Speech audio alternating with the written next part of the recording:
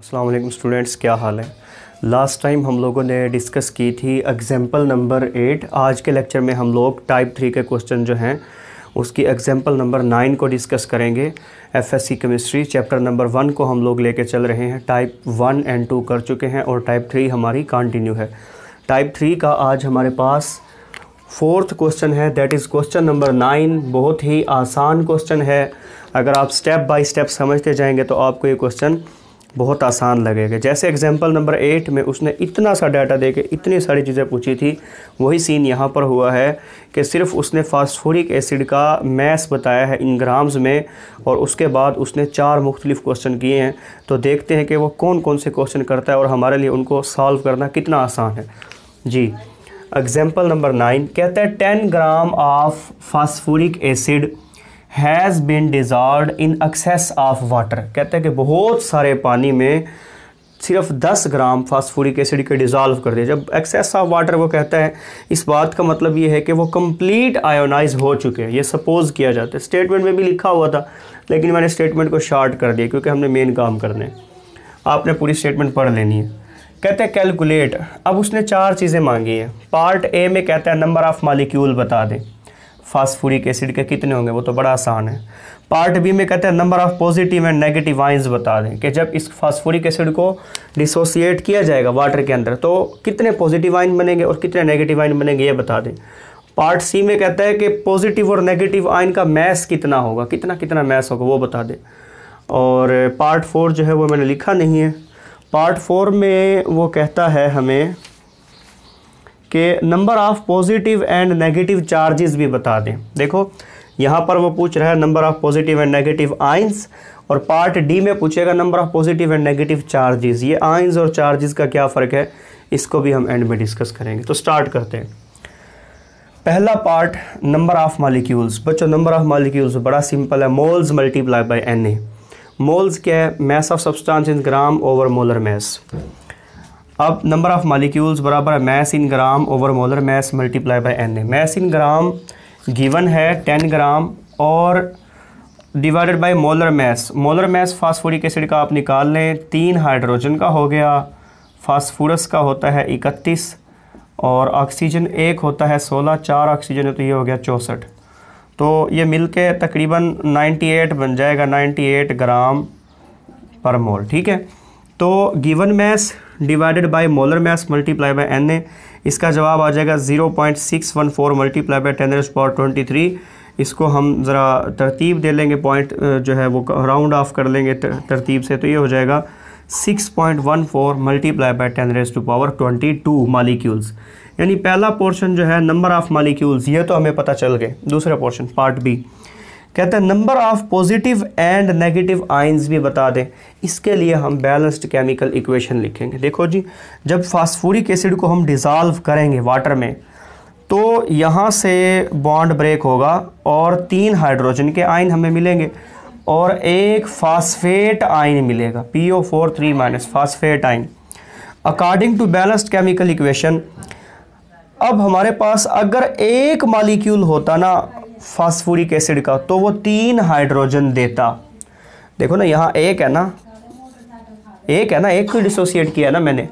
अगर एक होता तो वो 3 हाइड्रोजन आयन देता, लेकिन हमारे पास कितने सारे मॉलिक्यूल्स हैं, ये हमारे पास तो इतने सारे मॉलिक्यूल हैं।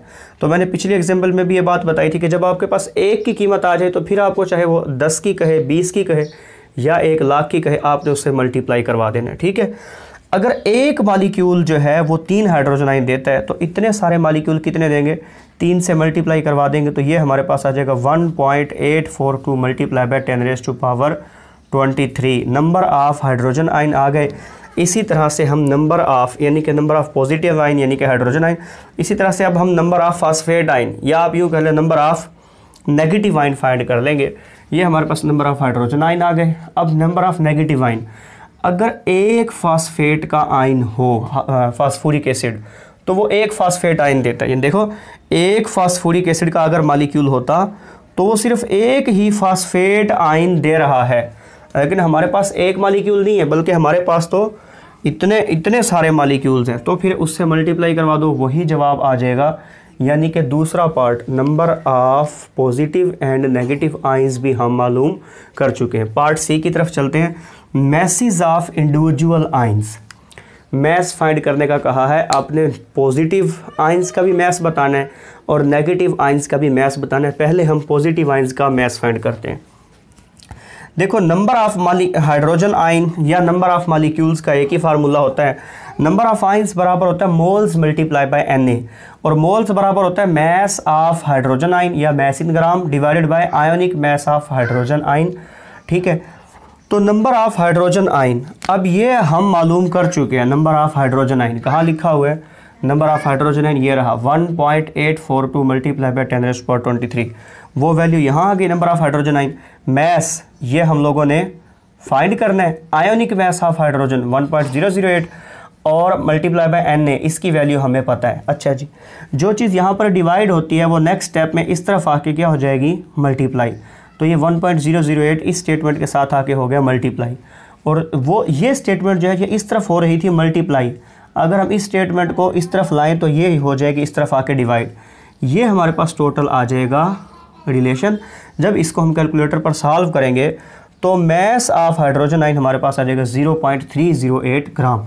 अब हम फाइंड करते हैं मैस ऑफ नेगेटिव आइन, और वो आप लोगों ने फाइंड करना है, और फाइंड करके क्या जवाब आया मुझे भी बताना है कमेंट सेक्शन में। ठीक है, करोगे कैसे? यहाँ मैंने लिखा है मैसेज ऑफ पॉजिटिव आइंस, आप क्या लिखोगे? Message of negative ions.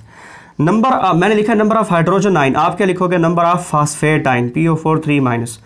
Mess over ionic mass of phosphate ion multiply by Na। अच्छा जी, यहाँ नंबर ऑफ फास्फेट आइन ये आप फाइंड कर चुके हो, मैस आप फाइंड करेंगे। आयोनिक मैस ऑफ फास्फेट आइन वो मैं आप लोगों को बता देता हूँ। फास्फेट जो है एक फास्फोरस का होता है 31 और ऑक्सीजन का हो गया 16 4 64, ये तकरीबन 95 आ जाएगा। तो जहाँ मैंने 1.008 लिखा है वहाँ आप 95 लिखेंगे, इससे मल्टीप्लाई करवा देंगे, Na से डिवाइड करवा देंगे और आपके पास जवाब आ जाएगा। वो आप लोगों ने मुझसे शेयर करना है। लास्ट पार्ट हम करने लगे हैं, that is number of positive charges and number of negative charges. Charges अब कितने कितने हैं, उससे पहले आप ऐसा करें कि इसका स्क्रीनशॉट ले लें और मैं फिर आपको नेक्स्ट पार्ट करवाता हूँ। तो स्टूडेंट्स, लास्ट पार्ट हम लोग करने लगे हैं, और लास्ट पार्ट में वो हमें कहते हैं number of positive and negative charges बता दें। अच्छा, पार्ट जो था बी, उसमें उसने number of positive and negative ions पूछा था। अब आइंस पूछे और चार्ज पूछे तो आपने क्या करना है? आइंस पूछे तो आपने इक्वेशन बनानी है, और पॉजिटिव एंड नेगेटिव आइंस आपने इक्वेशन के ज़रिए उसे बताना है कि पॉजिटिव आइन इतने आए और नेगेटिव आइन इतने आए, यानी इक्वेशन डिसोसिएट करके दिखानी है। ठीक है, अब आइन में और चार्जेस में थोड़ा सा फ़र्क समझ ले। आइन असल में होता है जब कोई एटम इलेक्ट्रॉन देता है तो उस पर पॉजिटिव चार्ज आ जाता है और वो पॉजिटिव आइन कहलाता है। जब कोई एटम इलेक्ट्रॉन लेता है उस पर नेगेटिव चार्ज आ जाता है और वो जो है एनाइन कहलाता है। ठीक है, या नेगेटिव आइन कहलाता है, वो है एक आइन। अब चार्ज क्या होते हैं? चार्ज होता है आइंस के दरमियान अट्रैक्शन, और ये हमेशा सेम होती है। फॉर एग्जांपल, अगर तीन पॉजिटिव आइन बने हैं ना और एक नेगेटिव आइन बना है, तो अब ऐसा नहीं है कि उनकी अट्रैक्शन होगी, बल्कि वो जो तीन पॉजिटिव आइन है उसको तीन ही नेगेटिव आइन आपस में तीन नेगेटिव चार्जेस है वो आपस में अट्रैक्ट कर रहे होंगे। यानी कि चार्जेस हमेशा इक्वल होते हैं किसी भी सोल्यूशन के अंदर। आइंस की तादाद डिफरेंट हो सकती है, जो अट्रैक्शन है ना, यानी कि अगर तीन पॉजिटिव आइन हैं तो उनको तीन ही नेगेटिव आइन आपस में अट्रैक्ट कर रहे होंगे, और ये होता है टोटल चार्ज। टोटल चार्ज पूरे सोल्यूशन के अंदर सेम होता है। ठीक है ना। तो अब हम बात करते हैं एंड में, लास्ट पार्ट का था number of positive and negative charges. Ions different हो सकते हैं जैसे हमने पार्ट बी में किया था। ठीक है ना, हाइड्रोजन के आइंस की तादाद और आई थी और फास्फेट के आइंस की तादाद और आई थी। पॉजिटिव आइंस और थे, नेगेटिव आइंस और थे, चार्जेस हमेशा सेम होंगे। कहता है number of positive and negative charges बता दें। 1 molecule of phosphoric acid contain positive charges. एक जो वो होगा ना फास्फोरिक एसिड, उसमें पॉजिटिव चार्जेस होंगे 3 हाइड्रोजन के हो गए। ठीक है, तो ये तो है ना 1 मॉलिक्यूल, लेकिन हमारे पास तो 1 मॉलिक्यूल नहीं है, हमारे पास तो थे 6.14 मल्टीप्लाई बाय 10⁻22 मॉलिक्यूल्स। तो अब एक की तादाद आ गई तो इतने सारे हैं तो मल्टीप्लाई करवा दो, तो हमारे पास जो नंबर ऑफ पॉजिटिव चार्जेस आगे वो आगे 1.842 मल्टीप्लाई बाय 10⁻22। अब हमें दोबारा नेगेटिव चार्जेस मालूम करने की ज़रूरत नहीं है, बल्कि अंडरस्टूड सी बात है, या आप नेगेटिव फाइंड कर लें या पॉजिटिव फाइंड कर लें, अंडरस्टूड सी बात है कि अब जो नेगेटिव चार्जेस हैं वो भी इतने ही होंगे। हमने कहा कि number of positive and negative charges are always equal, so number of negative charges will also be, negative charges भी इतने होंगे। अच्छा, अब यहाँ पे कुछ बच्चे कंफ्यूज हो जाते हैं, वो इस इक्वेशन को माइंड में लेके आते हैं, H3PO4 इसको डिसोसिएट करवाया, 3 हाइड्रोजन आयन बने और एक फास्फेट आयन बना। अब कुछ बच्चे यहाँ पे कंफ्यूज हो जाते हैं, वो कहते हैं देखो यहाँ तो चार्ज जो है ना, अब फॉर एग्जांपल वैसे यहाँ पे चार्ज जो है ना 3 है, अब वो कहते हैं यहाँ पर चार्ज 3 है, वो इसको देखना शुरू हो जाते हैं, वो कहते हैं यहाँ पर तो चार्ज 1 है। ये गलत करते हैं, वो गलत उनका कंसेप्ट है। वो कहते हैं यहाँ पर तो चार्ज 1 है, तो ये 3 और ये 1 ये सेम कैसे होगा? नहीं भाई देखो, टोटल ओवरऑल मैंने चार्जेस की बात की है, हाइड्रोजन आयन 1 था, अब उसको बैलेंस किए 3 उसके चार्ज हमने कहा है कि होंगे, 3 हमने लगा दिया तो हमने कहा 3 पॉजिटिव चार्ज है, ठीक है। और फास्फेट आयन आपको एक आयन नज़र आ रहा है, लेकिन उस आयन के ऊपर चार्ज कितना है? 3 माइनस। अब वो पॉजिटिव या नेगेटिव हम काउंट नहीं करते, हम ओवरऑल वैल्यू देखते हैं। तो इस पर पॉजिटिव चार्ज कितने हैं? 3, और नेगेटिव चार्ज कितने हैं? 3। उम्मीद है कि आप लोगों को समझ आ गई होगी। आयंस में और चार्ज में आपने कंफ्यूज नहीं होना।